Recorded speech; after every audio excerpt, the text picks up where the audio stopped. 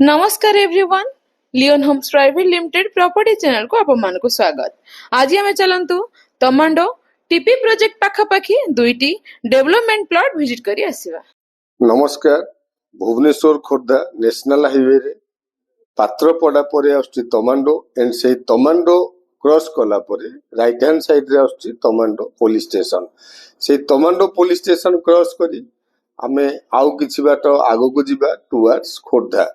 जदि तमांडो police station परे next भलो लैंडमार्क डिस्कशन करा जाए से national highway row right hand side रे आछी Behera dhaba and left hand side रे आछुची इंडियन ऑयल रो पेट्रोल पंप।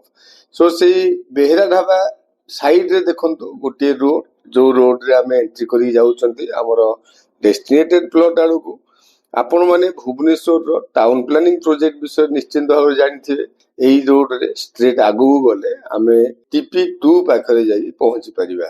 एनीवे आमे नेशनल हाईवे रो 200 मीटर डिस्टेंस कवर करी आसिला परे आपण मान देखिबे लेफ्ट हैंड साइड रे गोटे बोर्ड लागि छि गणपति नगर।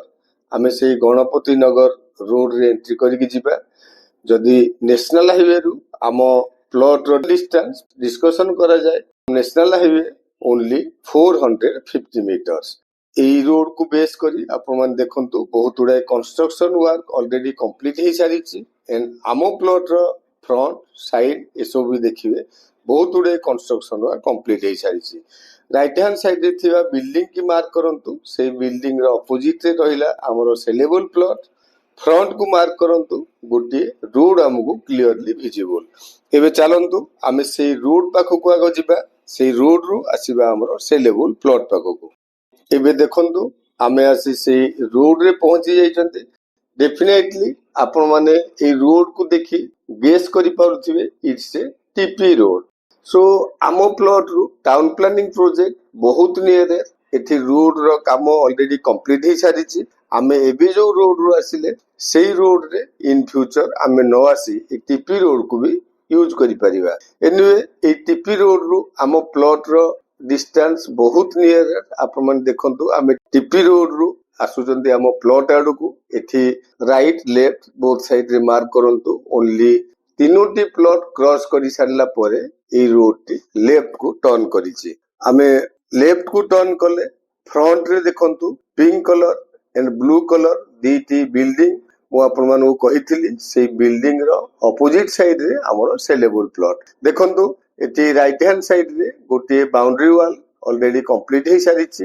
एटी हमरो फर्स्ट प्लॉट अवेलेबल जहार area 1600 square feet and next plot टी गोटे कॉर्नर प्लॉट जहार एरिया 2100 स्क्वायर फीट। एटी दीटी सेलेबल प्लॉट हमें देखिया को पाउचंती। गोटे 1600 गोटे 2100 पेरिफेरियल को आपण मार्क करंतु ऑलरेडी सबुआडे कंस्ट्रक्शन वर्क कंप्लीट हे सारी छि एंड टाउन प्लानिंग प्रोजेक्ट रो बहुत नियर है। आपण माने टाउन प्लानिंग रो रेट डिमांड डेवलपमेंट ए सब तो जानि चंती। सो सेही प्रोजेक्ट रो नियर जदि गोटे प्लॉट मिलुचे definitely it's a luck. Anyway location plot रो साइज फैसिलिटी ए सब देखिले प्लॉट देती आपण मानकु पसंद आसीबो।